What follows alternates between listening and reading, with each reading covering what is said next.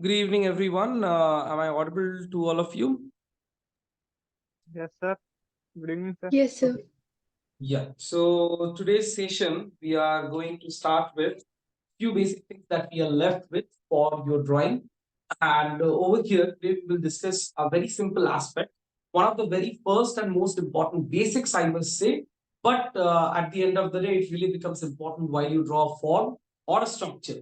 So today we are going to discuss one of the simplest things, but one of the most important things that will be there in your NATA 2024 drawing questions, or that will be one of the implications that you need to come up with to complete or achieve one of the objectives that you are given out of the 3 questions in your section A, that is your drawing section. Just get the red marker as well.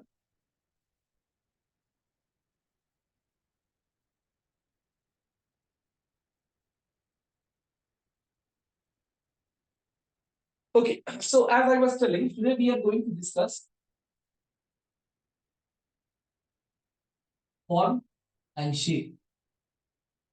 So what do I mean by form and shape? Now, just by us listening or hearing these two terms, form and shape, the very first thing that comes to everyone's mind is that okay, we might be studying some sort of geometrical shapes and how those geometrical shapes are implied upon being a composition. But we are not at all going to look forward to something like that. Rather, we are going to look forward, or you must say, I must say that we are going to look towards something which is quite a bit complex than that. We are going to look at 3D forms and shapes and how those 3D basic forms and shapes give birth to our complex forms and shapes that we see in and around us. Just for example, right now, what I have in front of me is a TV remote. Okay. Now, this TV remote can be viewed at several different angles. Okay. So what is this basically? When you see to this TV remote, what kind of shape, basic shape or form, does come in your mind? What is the basic shape or form from which this TV remote can be brought up? Now, it can be different things, as in let's say if I place it in this way, or if I place it in this way. But on a normal basis, in which kind of you can consider it as an isometric view or a proper elevation wherein the TV remote can be understood as what it is or what is its use case. What do you think is the basic form or shape from which this TV remote has come up? Quickly. Cuboid. Cuboid, absolutely. So if I have to make this kind of TV remote, first of all, there are a few basic things that we need to understand. So hence with this onboard session today we are here, not just the theory thing. First of all, anything that you draw on me has a base. So the baseline is very important. Let's say tomorrow you are drawing a still life over here. We need to find out a baseline where that thing is placed or where this thing is oriented. Nothing can be situated in air. If still it is in air, though we consider it as in air, there should be an imaginary baseline from which the thing has in terms of drawing or in terms of sketching that thing, the imaginary baseline has to be there. So let's consider this is the baseline. Now, let me consider that if I am placing the remote somewhat like this, how you have just now seen, or somewhat like this, where this remote is visible. So, what I am supposed to do in the very first place is, I am supposed to find out that if it was a cuboid, how it would have been placed. So, let's say, considering all the factors, what I have just shown you right now, my TV remote has to be placed somewhat like this. Can you see the board? Is it clear?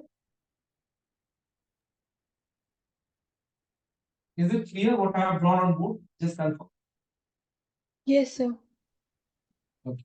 Yes, sir. So this is the basic shape which has to be placed.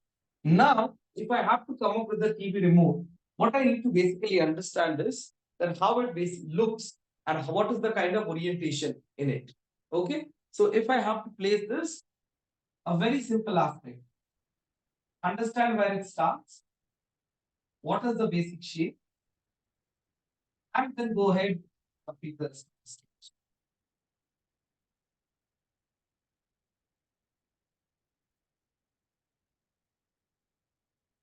This is the basic shape of the remote.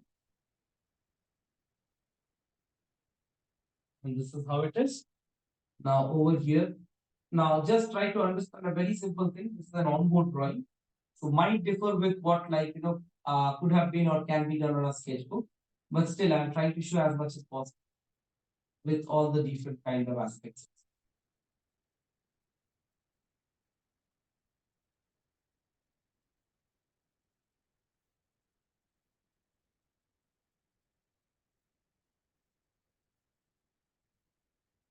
Now see over here, while I'm making this TV remote, we need to understand a few basic things, very important. One is that my remote is placed over here in this zone. The angular placement of the remote is somewhat like this. So my switches definitely cannot be like this. It will not be aligned parallelly with the surface or the level of the remote. So if I'm drawing a switch, the switch has to be somewhat like this and not this. This is wrong and this is wrong. This one is right. Clear? Same goes for anything. If you are drawing a circle also, it will be something like this, like oval, not a circle like this. So make sure the alignment of elements in any structure, in any form that you do, while detailing that form or structure, you should should keep a close eye on it, because that is what defines your final outcome or drawing. So what we have discussed in perspective, let's say these houses or so are in a perspective and they are going somewhat like this. Now, when you are making a balcony over here, the balcony cannot be pretty simple straight like this. The balcony also has to be aligned with this. So that is what we are talking about in this aspect.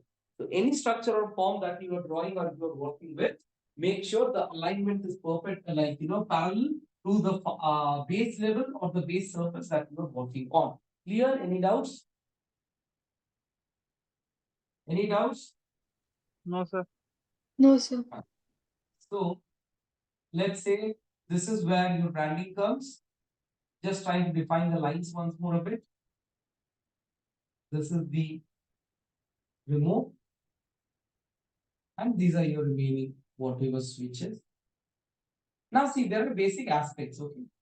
What I'm just trying to show, you have never seen this remote, but you're trying to draw. I have not replicated this remote exactly how it is. But there are a few basic aspects in any kind of remote. Like this is why I'm saying this is tomorrow. Let's say, if you are given some object to draw, you might have seen something similar, but you cannot recall exactly what is there. So, what are the basic aspects in a remote that you see? There will be a center console where there is a OK button, a left, a right, a up, a down. There is a plus minus for volume. There is a plus minus for TV channels, which we do not use right now. See, this is the remote for a Geo, the sector box, wherein these buttons are this volume button is necessary. This channel button is absolutely unnecessary. No one is going to use it because it's a completely Android-based system wherein you select an app, you use these arrows to select what movie, what type of show or anything on YouTube also you want to watch, and you click on that. So absolutely these buttons are unnecessary, but still it's given. So this is the basic diagram or a basic outframing of a remote. So these are the things that you need to remember while drawing or while working on any sort of structure, form, elements, or whatever you let's say we are working on. Now, why this is important? That this is not only important for remote, but this is also important for anything. Let's say tomorrow you are drawing a animal, you need to understand for that very particular animal, for depending upon let's say what kind of age frame you want to bring that animal into, or a human being, there are different aspects that you need to show. So if it's, let's say, why I am talking about this, so let's go into a bit more detail. Let's say if it's a child, okay, if it's a child you are trying to draw, so and if it's a very small baby, so over there the aspect of separate shirt and a pant might not come, and you will have to show a towel or a full from bottom to top some kind of those dresses which are available. The if it's somewhere in the middle age and that is kind of a boy, so there are different aspects. He usually will be wearing a half pant with a half t-shirt or a vest or something like that. If it's somewhat grown, then there will be some change of aspects. If it's a man, you might have to show some sort of aspects that define that person or define him. You cannot definitely draw a Mickey Mouse on shirt of a man who is a full grown, and let's say you are trying to represent that man in some sort of aspects in the drawing on sketching. Now these are just examples to cite you and make you understand of a particular aspect, a particular framework where you are trying to work with. Okay. the question or in relevance to the very particular exercise that you have given in your final exam, it might differ. Okay. Any doubts, anything till now? Any No, sir. questions? No, sir. Fine. Now let's get into a little bit complex thing. This mouse, what kind of shape can we bring it into? Quickly. Cube. Cube. Okay. Uh, yeah, we can work it on a cube, but see, the problem is that though the length is smaller, but we need to look at final outcome, what it will be. So more than a cube, I will say it can be brought into a cuboid itself. So let's see. Now again, when we are trying to make a mouse, I've considered a baseline in the below.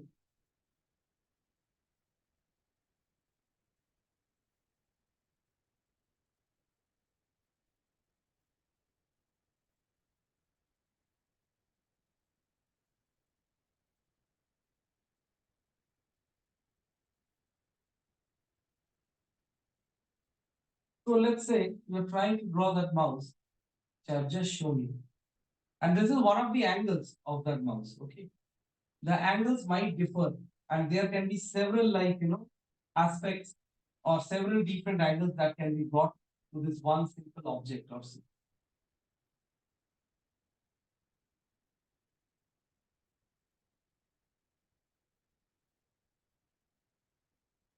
Now, this is a very simple representation of the same mouse.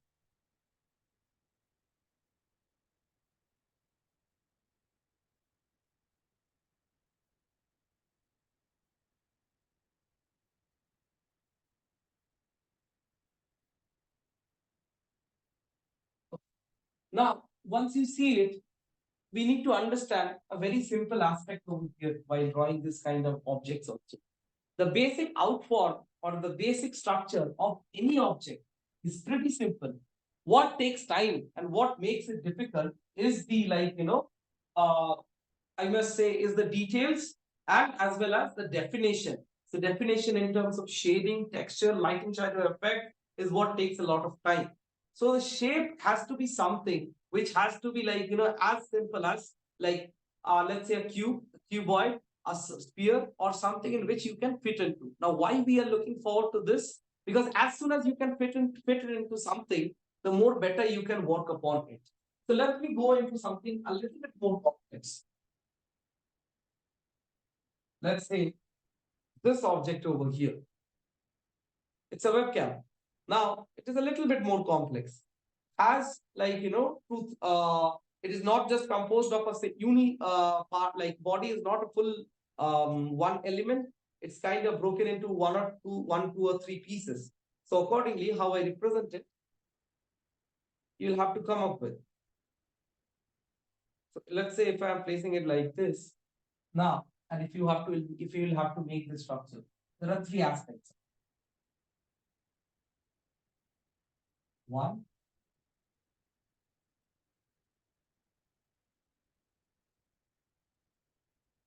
two,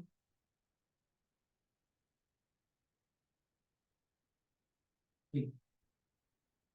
Can you see what I have made over here?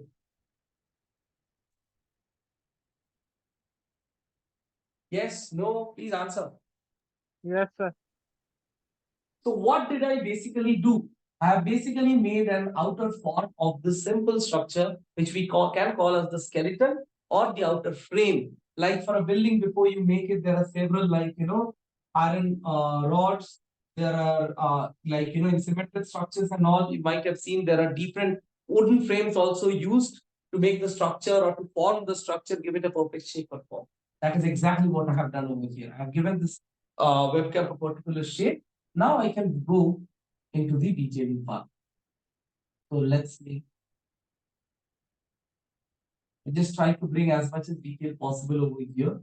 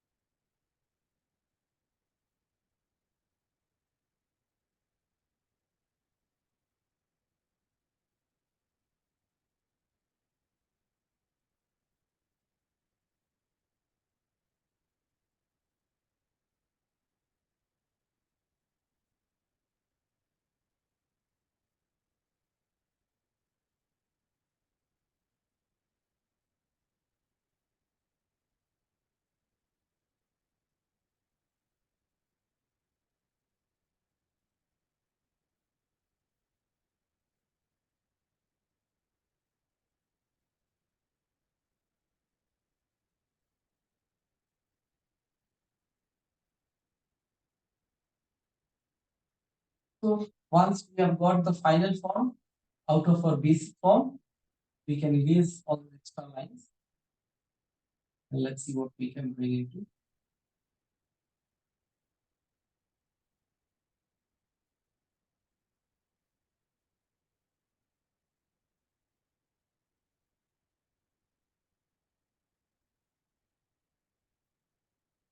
Okay. So now, since I have got these and we have a final form, I'll go into a bit of detailing wherein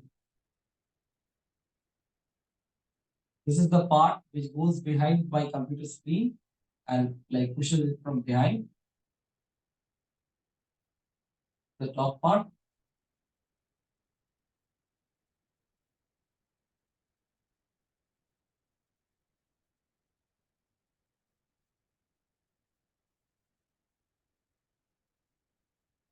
This is the angular position which holds it externally. This is the lens.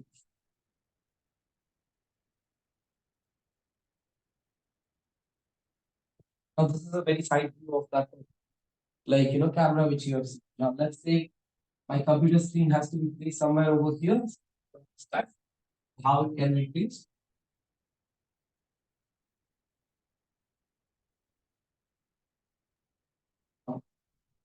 Aspect. I have to place the computer screen.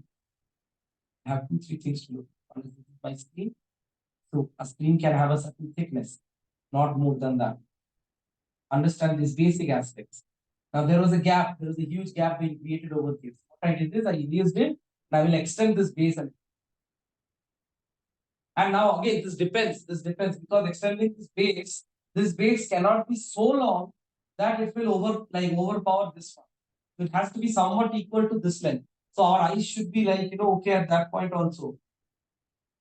Okay, or it should be technically or visually right to have that. Now over here, there is a change in angle also required that I feel. So what I will do is I will reduce this a bit because otherwise the camera section is going to be extra long and we will have it. Yeah, and this is how it looks on the camera. Now this portion can again be moved in this direction, like it can be moved in both the directions basically. So this camera flap can be moved this as well as this direction. So accordingly, this is our screen. It can be adjusted to the who is sitting over here, and you can see him live on camera. Clear? Now this is an aspect of this is a form, how the form is being utilized in a particular composition wherein the form is the main subject over here, and hence we are putting so much effort in it. Let's say if it's a huge room wherein you are asked to give a room view, and in a very certain so only like let's say 2% of the room or 3% or 5% is the zone wherein you see a computer being placed on top of them or webcam placed, we're not going to put this much effort. There is certain trueness to the composition that we will obviously have to bring. It shouldn't look something absurd that okay, it is not realistically possible. But again, this much effort will not be there because now at that point, this is not our main subject. Over here, of this kind of simple form being placed in a composition wherein the form itself is a subject, we need to detail it out and we need to understand, we need to do justice to this. Clear? Any doubts, anything? Yes, no? No, sir. No, sir. Okay. So over here, this is the basic understanding of shape and form. Now there are several aspects that we will be discussing in the upcoming class, wherein we need to understand the different elements of design and how those elements of design bring up different forms. For example, lines, then your dots, points, and different kinds of aspects are there.